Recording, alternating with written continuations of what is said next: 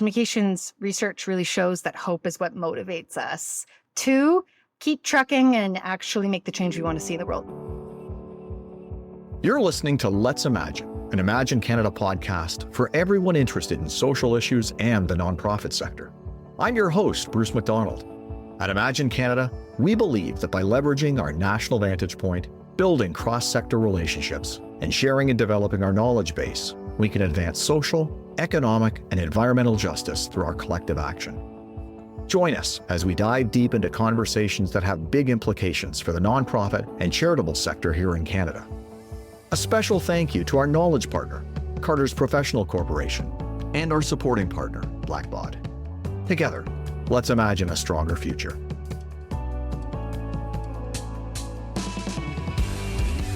This week on Let's Imagine, we're pleased to welcome Kathryn LeBlanc, social impact communications expert and principal consultant at LeBlanc Co. Communications, where her work uses communications as a tool to accelerate social change. She brings a systems change lens to her consulting work supporting nonprofits, the public sector, labor, social movements, and mission-aligned small businesses. Among other professional experiences, Kathryn has held several communications management roles at nonprofits and worked alongside progressive politicians on Parliament Hill. With Kathryn today, we'll talk about effective strategies to advocate for change and how to leverage communications to drive social impact. Kathryn, thank you for being with us here today.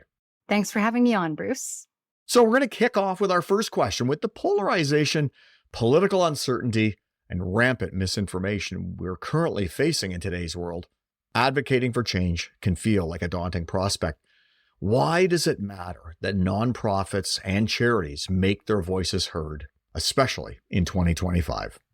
That's such a great question, Bruce. I'm absolutely of the mindset that nonprofits and charities know that their mission is important. You have a vision on what you want to change in the world, whether it's in your community, whether it's national or across the world, right?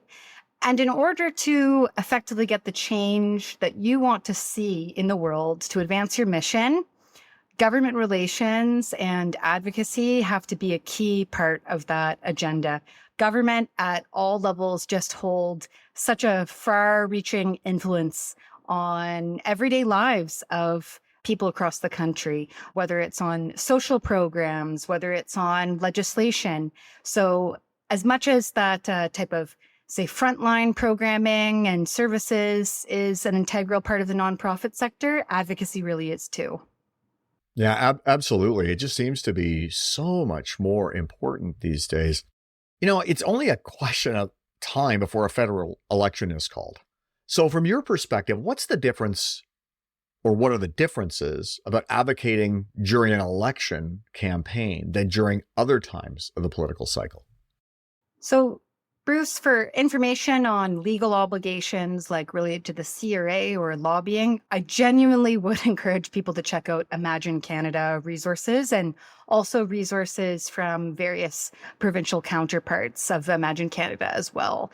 And it's really important to be taking those obligations from the government website source and also from very trusted sources. I know there's a lot of fear when it comes to advocacy, including back to previous governments. So reading the specific obligations from government sites and trusted sources like Imagine Canada is important to make sure that you have that information firsthand. Sometimes there's more fear around advocacy, with fears going further than what the actual requirements are, with requirements such as like being nonpartisan and doing work related to your mission when it comes to your advocacy rather than on totally different topics. So first and foremost, I'd say check that information from trusted sources.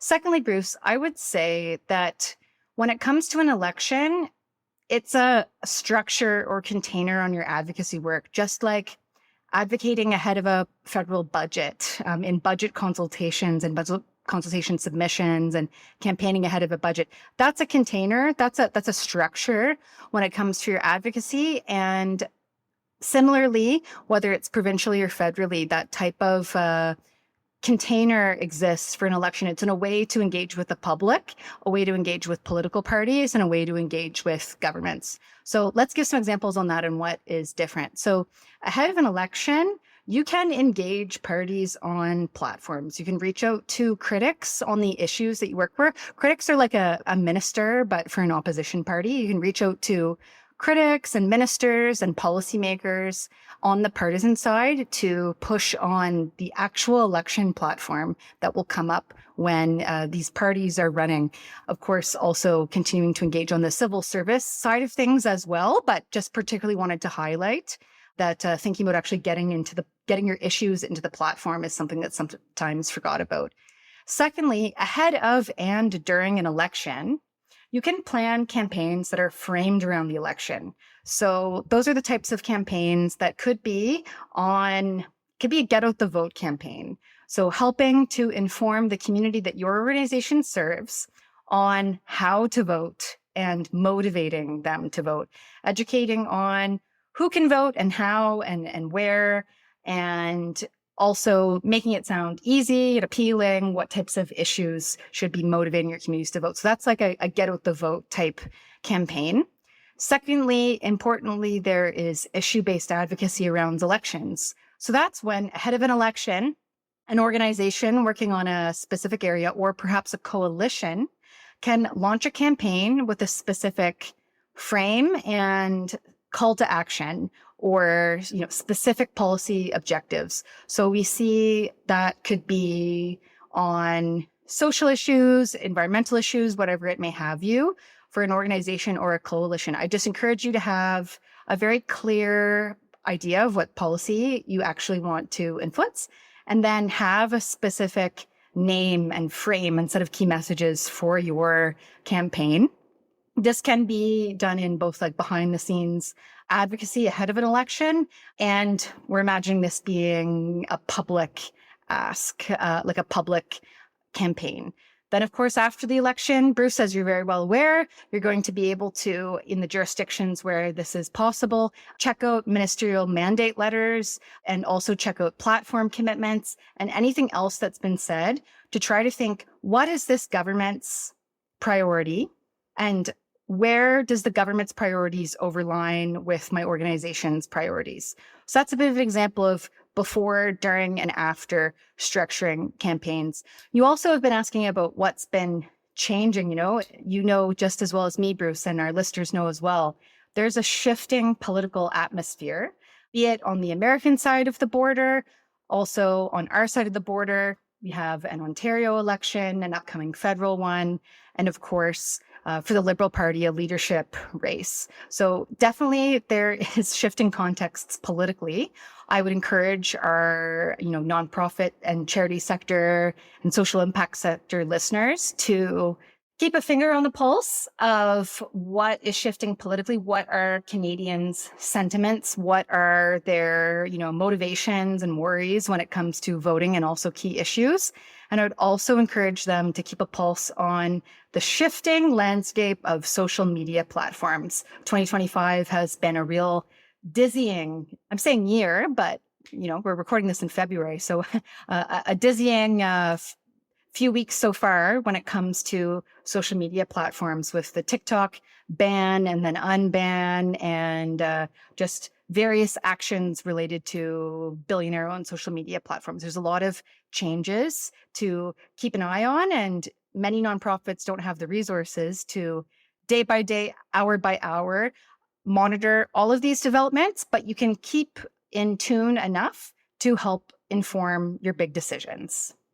Yeah, that's so helpful. Thank you. I mean, and it's so true. I mean, as we think about organizations trying to decide whether to engage in public policy advocacy, we still hear from some leaders who potentially board directors are concerned about meeting with a member of parliament and viewing that as a partisan activity. And the rules are clearly set out in such a way that that's fine, that's onside.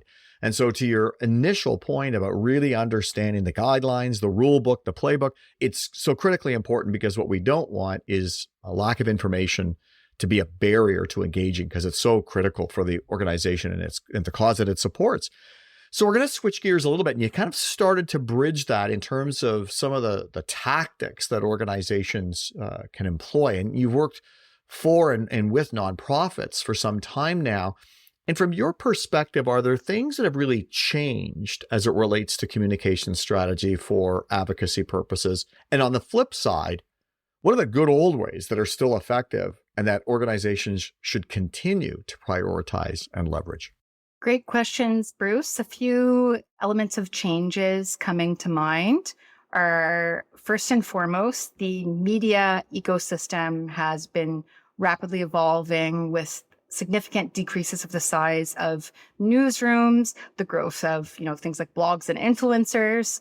And something to keep in mind in this, I would say, you still need media training. You still need a media strategy. But I often, when I give media training to our clients, give a somewhat multi-channel approach. So you're learning how to engage with media and also folks with platforms, how to create and tailor your message and prepare. So a lot of the time that means preparing for actual media, but sometimes that may be preparing for a social media live stream, a panel at a conference, or anything else that's high visibility. So I would say, absolutely, you can't drop the media planning and training just yet, but knowing that a lot has been evolving. And that's really important when it comes to advocacy. Secondly, I just say this as a status update. About 4 or 5 years ago for COVID, I really noticed a lot of nonprofits and charities hiring more communication staff. Organizations that I knew had that one comms coordinator started to grow, get into that second staff, that comms manager. Maybe organizations with 4 staff went up to 6, that sort of thing. I don't think I have seen that continuing. I've seen, and this is of course very anecdotal, but I talked to lots and lots of organizations about their communication staffing needs. And so I'd say that that has remained the same. And what to keep in mind there is an organizational communications lens on, your objectives and your audiences and how communications can propel your organizational goals forward. Then you need to analyze, what capacity gaps do you have? What are the different roles that you have? Are they serving you? Are they well structured? Do they need more training, more staff? Of course, you have a budget and limitations, but what ways can things be optimized? Now, that's, I guess, a tip as old as time, right, Bruce? So just keeping that in mind with your capacity. Thirdly, something that has both had some elements changing and some elements staying the same is where it comes to visual branding. My company does both strategy, but also visual branding and design. And it's very interesting to see trends when it comes to what organizations are investing in with their visual needs, whether it's a new website, revised brand guidelines, or what have you. So some of those elements have remained the same, but there's such a shift to easier to use templates, platforms like Canva, and to a certain extent as well, Adobe Express or Figma make that easier to use. I think that we're so many years into this information age of social media. You do need to do your best to have a clean and consistent brand that is easy, memorable, and really makes your viewers think, oh yes, that's such and such organization. They walk past a poster out in their community and can recognize it as part of the campaign that they saw on social. So I'd say that particularly with the changes in platforms, more easy to use templates, you're really going to want to keep that consistency and brand strength in mind, and think about how you can make a brand for your campaign, but that brand feels still under the umbrella of your organizational branding and not totally off on its own. And fourthly, I just say to keep in mind, of course, both the sheer number of nonprofits and charities in Canada, the volume of people working on social change work. I just echo a very common perspective you'd hear from Imagine Canada and others. To work from an organizational lens, what's your organization's goals? To work from a partnership lens, a sector lens, and where you can, a movement lens. Not duplicating work, being able to echo others' asks and have them do the same for you. To really define your message and have it sung over and over, louder and louder. It's like a choir singing louder and louder rather than everyone saying a totally different message that gets a bit fractured. And more people echoing the same message, more organizations rowing in the same direction is what really helps champion your advocacy priorities. Yeah, those are such great, helpful thoughts for organizations as they're crafting their strategies. It strikes me as I'm listening to you that these two key points around sort of brand cohesion and consistency and organizational capacity with communications folks, situating that in what appears to be a highly volatile and ever-changing environment. I think organizations are really going to have to be mindful about not locking down in such a rigid way that they can't adapt, and yet also not trying to adapt so quickly that they lose the consistency over some of their messages, because this seems to be a year that is taking off in a way where adaptation is happening almost on a daily or weekly basis.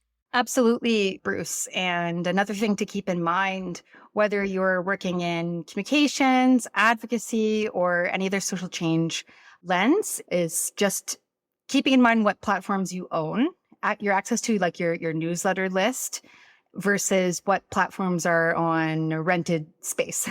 You never know what platform may start to gain in popularity or decrease in popularity. So that's a very common marketing tip, both for change professionals and for everyone else, that I just had to echo today. So we're going to tap your expertise now for a question around thinking about what organizations might want to stay away from. So from a communications perspective, is there one kind of common mistake that you see organizations often make when executing advocacy campaigns? And what would you suggest they do differently to make their efforts more effective?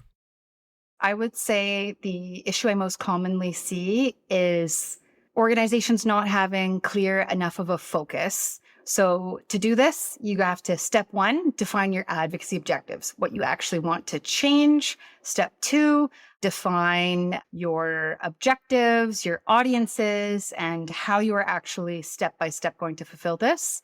And lastly, and so importantly, maybe even most importantly, create key messaging that is aimed at your audiences, aimed at fulfilling your change goals. And it has to just be really clear.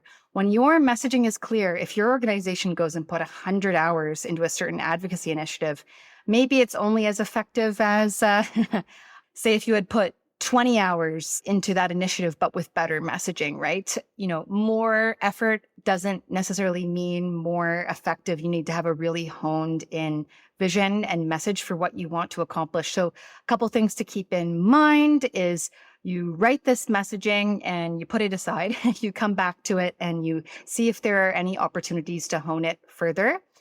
Also get advice from your colleagues and, where you can, from partners and other people oriented in your space. To help break through the noise, try to always open your messaging with an emotional connection, like an emotional connection rooted in shared values. Then clearly articulate the problem. Then clearly articulate your vision for what you want to change and your way to solve the problem, and then end with a call to action. The types of communications and messaging advice that I teach, but I'd love to give over some links to put in the show notes over to the Imagine Canada team for other communications experts really pushing that framework, like someone called Anat Shankar-Osorio, particularly doing that research around cutting through the noise with a values-based and emotional pull. So make sure that your messaging is strong, clear, not forgettable, and actually makes people pause their scrolling. In terms of listening to your thoughts on this, it's interesting, as you think about and talk about focus and refining that message. I think one of the other things I like to try and keep in mind too is really understanding the audience and making sure that whatever is crafted doesn't feel so inside baseball that audience really doesn't understand it. Although I just used a term like inside baseball that only sports fan might use. But it's really ensuring that, to your point, that it's crystal clear, that it's well crafted, and that it's kind of tested. As we think about the sector writ large, the charitable and nonprofit sector is very much dominated by small organizations in terms of raw numbers. And as we think about this particular topic, advocating for change will look different, whether an organization is large, where they might have adequate resources, or small with really quite limited resources. So thinking about the constraints smaller organizations have, how can they effectively engage in advocacy for their mission? Bruce, I'd say that all of the advice I just gave on nailing down those fundamentals is integral for small organizations because you can't afford to waste your dollars on hiring someone out to help each and every campaign or, design each and every product, right? So what you want to do is have a super clearly honed in focus so that all of your time and all of your dollars go into precisely the right work. I would say that's where small organizations should focus as much as possible. Try not to knee jerk rush into writing the press release. Instead, focus more of your time on writing that core messaging and focus at the messaging level first before necessarily jumping to the end communications output. So that brings us to the end of our time here today. So I'd like to ask you a question with, as it relates to one that we always end our conversations on the Let's Imagine podcast with the same question. When you think of the state of the world and the challenges that charitable and nonprofit organizations continue to face, what brings you hope? So 2 things to say here, Bruce, that it's firstly that I love that you're asking about hope because communications research really shows that hope is what motivates us. 2, keep trucking and actually make the change we want to see in the world. So very fun. Secondly, I'd say that it's creativity and the creative side of the work that I do that gives me hope. And love the strategy work and the other work I do. Of course, that's something I'll always keep doing. But when I get to really mold my need for creativity with the work I do in social change. So say rebranding an organization, working on campaign materials, sometimes even an art project for change. That's what personally gives me the most fulfillment and hope. Amazing. Thank you so much for taking time out of your schedule to be with us today. Thanks so much, Bruce. Thanks for listening to the Let's Imagine podcast. For full show notes and to subscribe to our newsletter so you never miss an episode, please visit our website, www.imaginecanada.ca. Also, if you really like this episode, we invite you to leave us a 5-star review wherever you listen to this podcast, as this helps other people discover us and engage in these conversations. And again, thanks to our sponsors, Carter's Professional Corporation and Blackbot, for supporting our podcast.